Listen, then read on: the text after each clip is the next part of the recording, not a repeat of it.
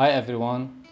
I wasn't planning to do videos on this topic anymore, but I have spent weeks now looking at the opinions of the experts who don't have access to the media because Facebook and Google and YouTube are the main core in this fake virus and they won't allow anyone to spell out the truth.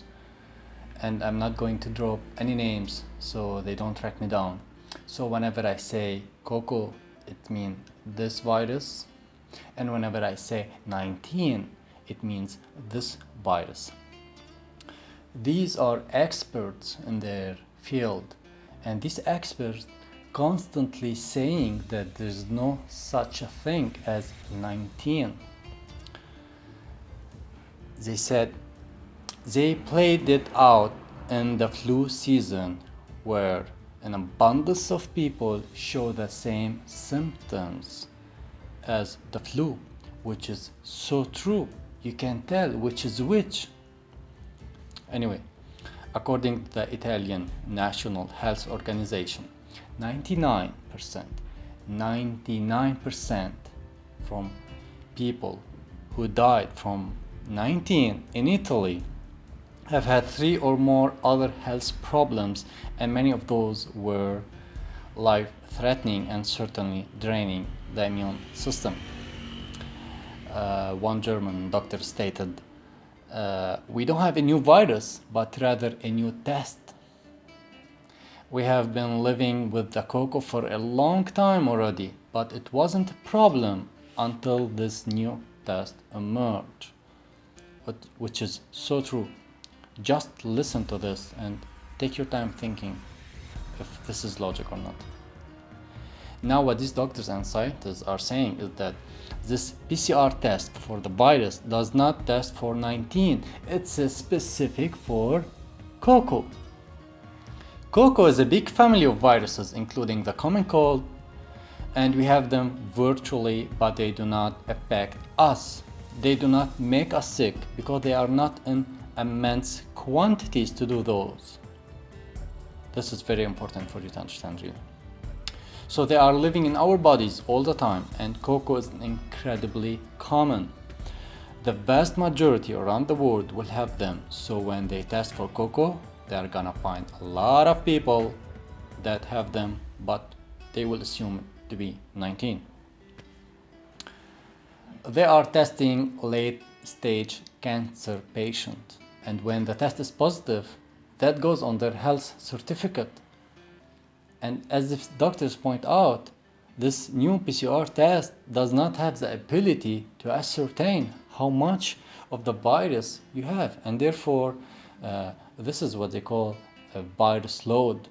Unless the virus is in a massive amount for you to get sick, you won't get sick. It's like ingesting a small amount of poison. It won't kill you.